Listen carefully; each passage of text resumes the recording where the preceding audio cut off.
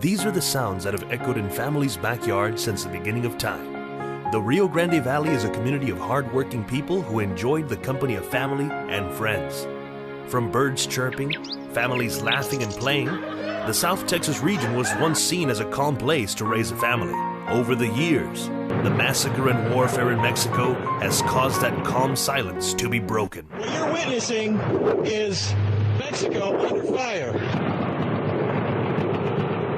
Do your job and we'll kill you. The Mexican drug cartel warned that it's going to kill some of the journalists who report on their business. Authorities say attackers first opened fire and killed 4 officers.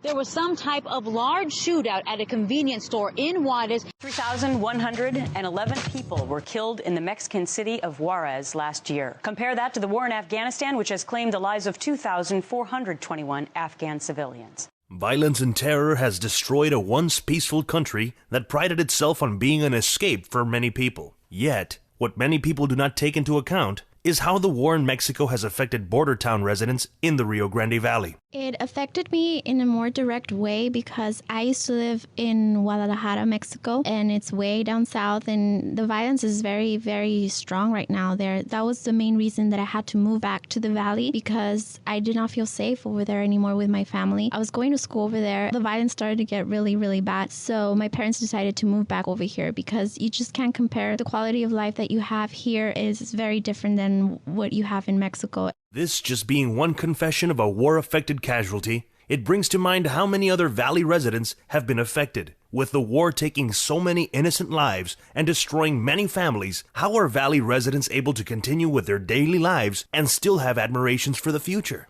The violence in Mexico motivated me in a positive way. Crazy as that sounds, a lot of people will tell you that it scares them to even listen to gunshots outside your window. But me being born in Mexico and coming over to the United States and going to university and trying to better myself, I can say the violence in Mexico motivated me to become more of an individual, a stronger person. Me having lost a lot of family members to the violence, I wish I could see again, but never will, due to senseless violence that's going on, made me want to become better. Made me want to seek education. And I thank the violence in Mexico because if it wasn't for them, I wouldn't have never seen the reality of what true violence is and what I can do to better myself, both as a person and as a family member. The war in Mexico is getting really bad at this point in time. There's so many people being killed, so many bodies just being left on the ground with missing heads, missing body parts. There's so many people fighting for territories of drugs. Violence in Mexico is going to keep on escalating. It's going to get bad, and it's going to be a never-ending story up to that because there's just so much disaster going on in Mexico. As a member of the armed forces, I'm going to tell you something. Right now, there are multiple wars going on in the world. We have wars in Korea, we have wars in Iran, we have wars in Mali. Cartels want drugs to be legalized over here in the United States. They want all drugs to be legal so that way they can be transported over here with no problems. Now, what can be done with the violence? They can put more troops right now to go and help over there in Mexico, but it's not going to help out at all because as of right now, we're still short-handed on troops at this point in time. Many people have their own beliefs. Some have lived through the worst and pray for the best. Others try to ignore the problem as much as they can.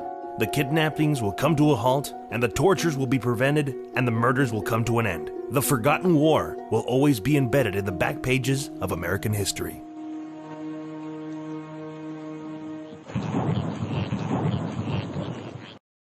Bronc Radio has chosen not to use the names of those involved in this program to protect their identity.